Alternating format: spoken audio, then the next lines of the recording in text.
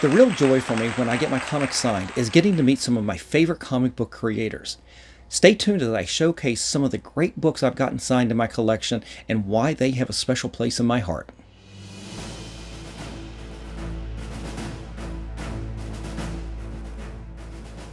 Welcome back, comic book fans. This is Rusty again with Collector Auctions, and this is a fourth in a series of episodes where I spotlight some of my favorite signed comic books. And in this episode, they're not necessarily all multi-signed by multiple creators. I've got a couple in here that are singularly signed, and I'll go through the story on those as well. But before we get into the books today, definitely hit that like, slap the subscribe, and click on that notification bell so you don't miss out on any of my great episodes that I put out each and every week, Mondays and Fridays at 10 a.m. All right, guys, sit back and let's get into the books. All right, everybody, so the very first book up today has a creator that's no longer with us, and that right there automatically makes it a special place in my heart. It is somebody that has been very influential, especially on the animated side of the DC universe. And I'm talking about Darwyn Cooke. And here's the first book up today. It is Justice League: The New Frontier, the special edition. Now, this came out after the original miniseries that Darwyn Cooke did came out, and I think this actually came out probably before they did the animated movie as well. I'm not sure about that, but it really doesn't matter. But back, I believe in 2008, Darwyn Cooke showed up at the Baltimore Comic Con. It was the one and only time that I remember him ever getting a chance to meet him in person. And I was able to get a small sketch from him. He signed some of my signature cards that I gave him, that I spotlighted in a previous episode. I'll definitely try to remember to leave a link for that episode so you can see some of that as well at the end of this video. But what I actually did was I had him sign this comic right here. I did not have, at the time, I did not have his original 6 issues at that time, or I would have had him sign all of those. But I did have this. And who else is on here is actually David Bullock as well. He does a really, really wonderful, I believe it's a Teen Titans story as well, that is pretty much in the same style as a Darwyn Cooke. It has that retro feel to it, and it's really cool. And I got both of these. I don't know if I got both of these at the same convention or not. It doesn't really matter either. But we definitely miss Darwyn Cooke. His influence still, I think, is shown today. Definitely, I know his work on the Batman Beyond series was very influential. It still is. And definitely somebody I'm going to stop saying definitely, guys, we missed today. Gone way too soon. What a great artist. I do have something. Why else is this special, though? It's special because I got to meet him and I got him to sign this. And it's this right here. If you remember the original miniseries, I believe it was 6 different issues, and there was a lot of art in there. And I managed to get this one day, and I don't know if this came off of eBay or if it came off a site. It's been too long, but I actually own an original piece of artwork from the original New Frontier. This is book number 2, page number 60. And as you can see, we've got Hal Jordan right there in the center.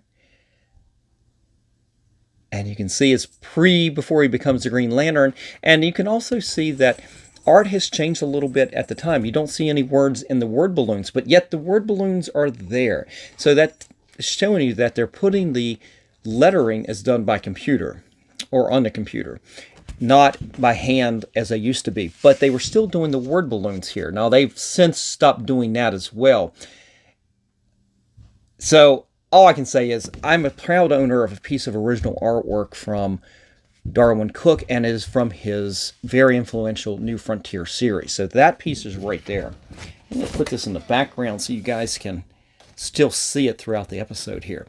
But that makes this book very special to me. Now, that art does not come from this particular story, but this story that it's a very self-contained story, and that's really fun. If I recall that right, it is a story where the 3 heroes, they end up, I think this is the one where Superman, Batman, and Wonder Woman basically get together, and they have the battle scene between Superman and Superman that was actually staged for a reason, and that kind of goes into the explanation of this. You see the hint of the battle the two of them had in the original comic book. In this one, you get the explanation for that story and how that played out. So great issue. If you guys can ever pick this up. This came out in May of 2008, and that's pretty much one of the reasons. I know it was 2008 that he was at Baltimore Comic Con, I'm pretty sure, and that's one of the reasons I had this on hand, because it was a new comic book at the time. Here, I'll leave that there and we'll continue. All right. As I said, most of these books will continue with the theme from all the previous episodes in this series that are multiple signed. And this one right here is very multiple signed.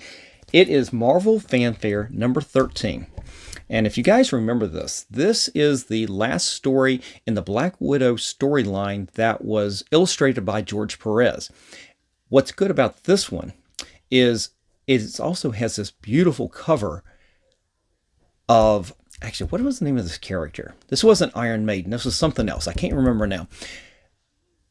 Snapdragon? Oh, I can't remember. I'll open the book and I'll figure it out maybe. But it's an Art Adams piece of artwork here. Very early Art Adams with Marvel and everything. So if you guys remember Marvel Fanfare, it was more than just one story, or it had one story and it had multiple pinups, things like that. And it was edited, and there were definitely illustrations and small vignette stories or biographies. I don't know. Basically, Al Milgrom, as you can see up here in the trade dress, he drew this himself as well. He was always part of the books as well. So who signed on this book? Let's just start with, well, Al Milgrom. Here, I'll do it right like this. There's Al Milgrom right there. And down here in red, right there, is Art Adams. And I just got him this year at the Baltimore Comic Con on that. Now, it's a little hard to see over right there. Let me see if I can. He did it in white, and I gave him a silver pen, but maybe that wasn't the best choice. Hard to see, but right there is George Perez. Up here at the top is his inker on this, Brett Breeding or Breading. I never recall which way that really is. And also Charles Vess. And you're going, Charles Vess, Also down here is John Beatty. He was also one of the inkers on the series as well. So both of those inkers worked on that Black Widow story. But yeah, Charles Vess, he did some of the pinups in the back of this. So let's open it up real quick, and I'll show you what I'm talking about with the different things in here. Even on the inside cover, you've got a little story written and drawn with himself in the series with Al Milgrom right there. And then you go right into the final issue with the Black Widow story. And I'll go down the credits here, and you can see Breading and Beatty actually did the inks. You got George Perez. Now, who I need on here is Ralph Macchio, not the Karate Kid, but the comics Ralph Macchio. And I still need to get Jim Shooter. And I could have gotten him last year at either Baltimore or Baltimore or Heroes Con, but I'll be honest with you, my money was running dry, and his autographs aren't cheap these days, so I decided I would push that off to another con at some other point. But the character from the cover here, what is it? Let me see if I can figure it out. Yeah, Snapdragon. I was right. It is Snapdragon. That is Snapdragon right there on the cover. All right, so let's scoot ahead to the back of the book.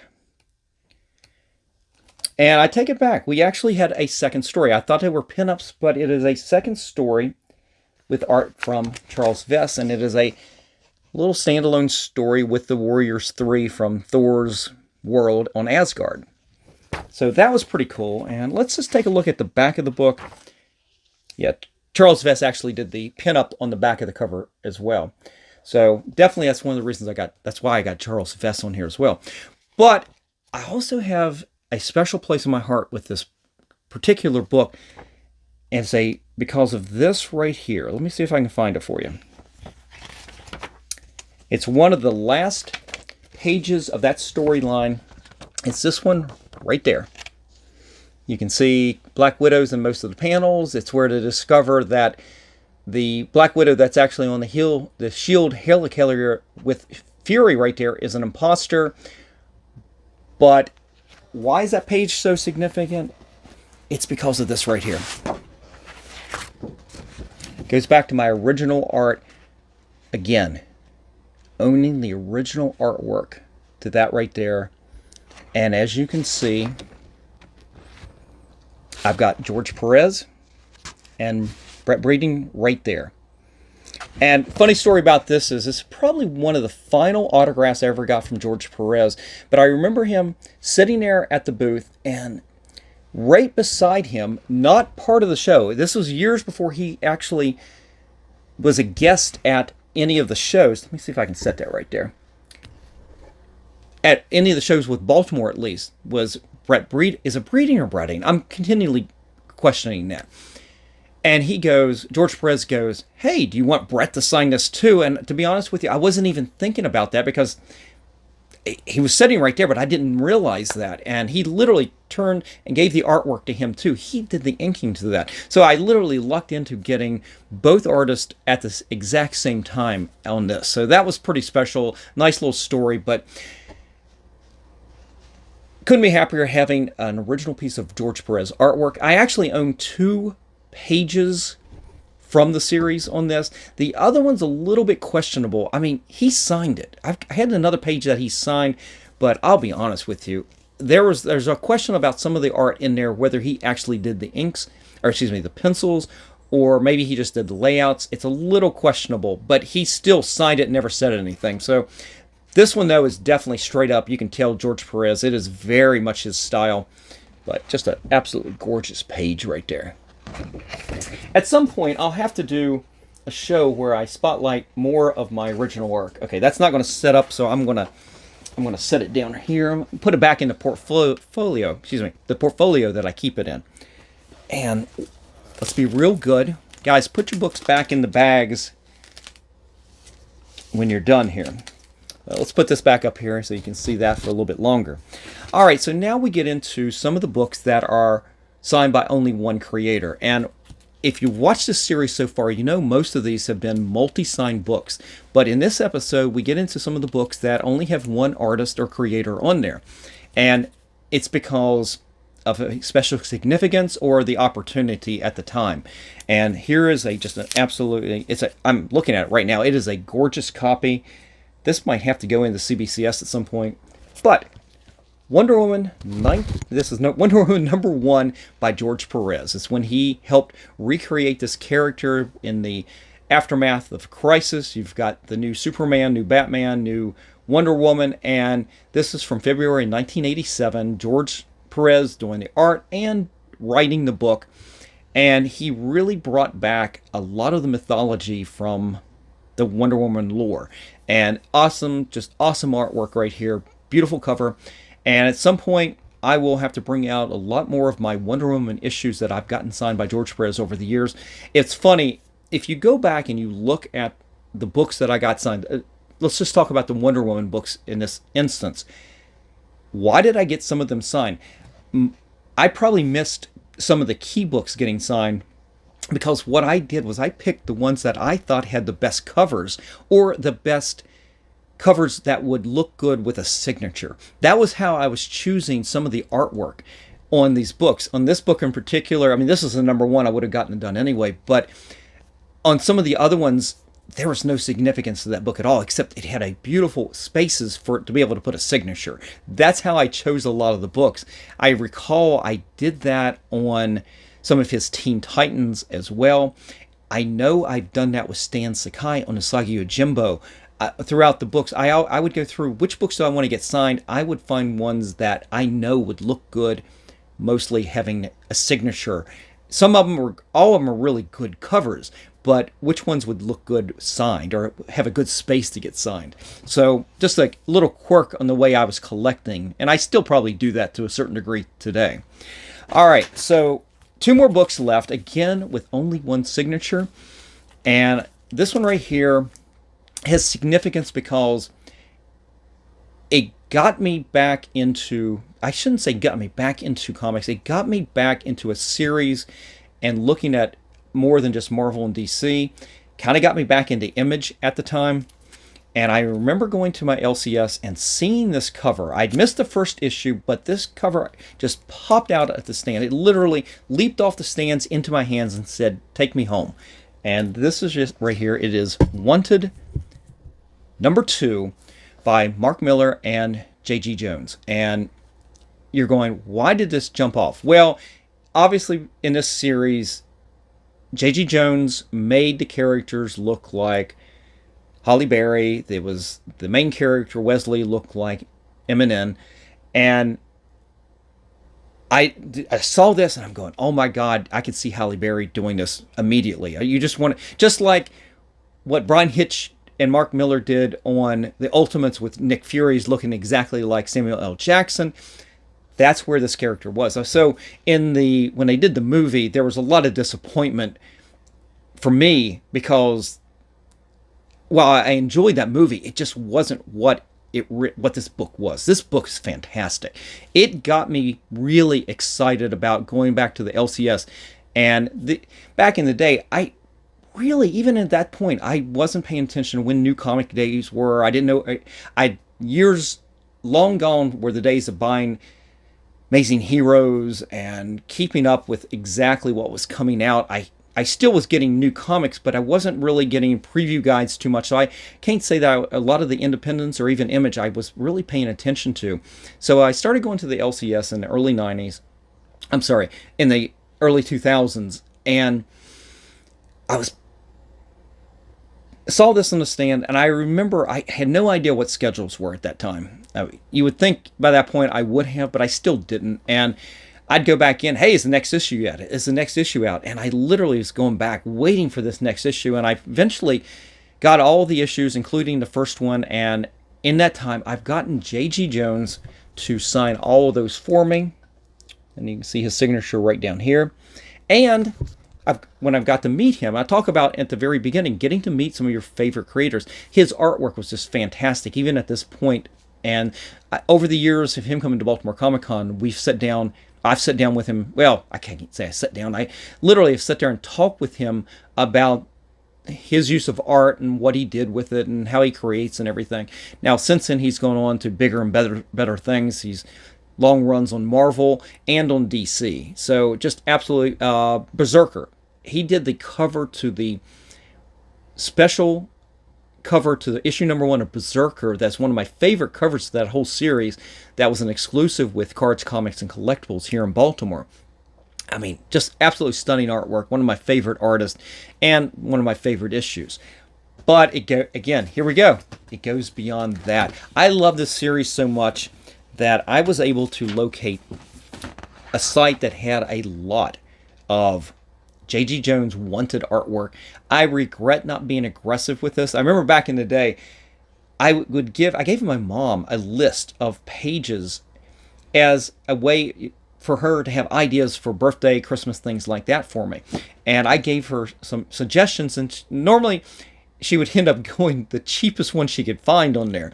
But let me show you one of the pages that I've got. I've got a couple pages from this series, and this is the one that Mom bought. This is from issue #1, page #8, and let's just go through.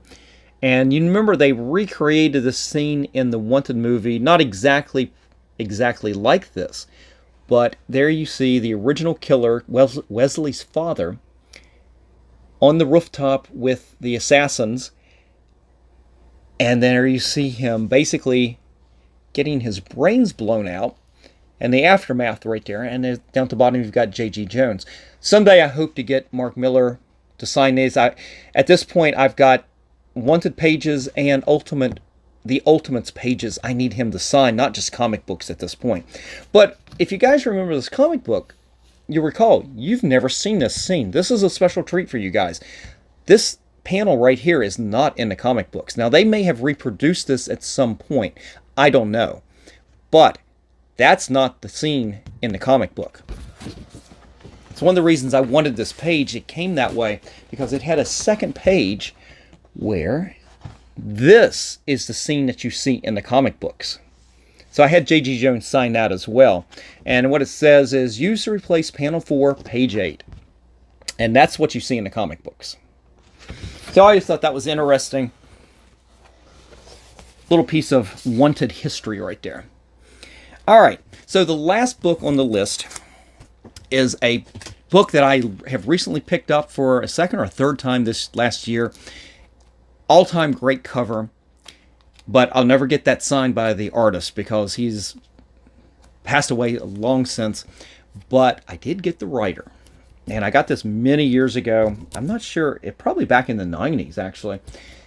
But here we go. Eclipse Comics, Airboy number 5, the classic Valkyrie cover by Dave Stevens. And what I did was, at a con, I want to say probably a mid-2000s con, I would guess, maybe early 2000s.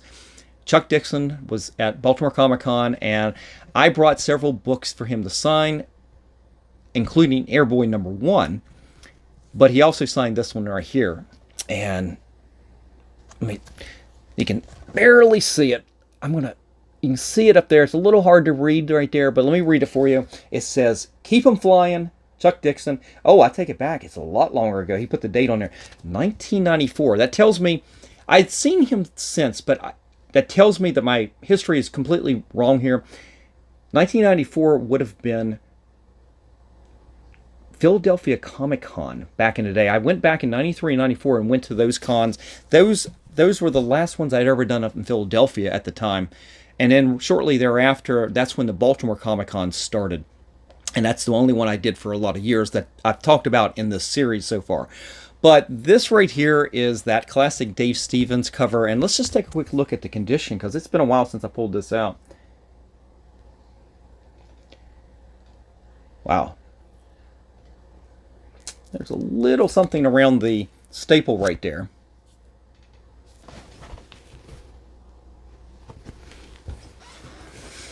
But that just may be I don't think it's wear right there. I think it's just where the staple is, not a tick or anything. But here we go. There's another great candidate for CBCS at some point.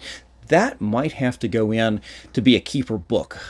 I've got one I just recently picked up that would go in to CGC. It's unsigned. That's one that I would be speculating on. But this is one, if I get that from CBCS, I would definitely, that would be the one that I would keep in my collection at that point. So that's a keeper for me. But that's it today, guys. I hope you enjoyed this episode. I'm enjoying this series. We do 5 books from my PC, from some of my favorite signed comics, and we talk about the stories behind them a little bit, and the opportunities I've had to meet the creators and maybe expand on that, on some of this, why I love them so much, because of being able to own some of the original artworks for some of these. So that's it for today. Let me know what you think about these comics and the original artwork by leaving me a comment in the comment section below. You can also check out what I currently have for sale if you're ever interested on anything on this channel by emailing me at collectorauctions@yahoo.com, or DM me on Instagram, or you can check out what I currently have for sale in my eBay store or on my Shortbox page by checking out the links in the description in the video down in the description down below. Sorry, I'm stumbling over my words here, guys. But that's it for today. I will see you for the next episode. Thanks for joining me, and remember, guys, every comic has a story.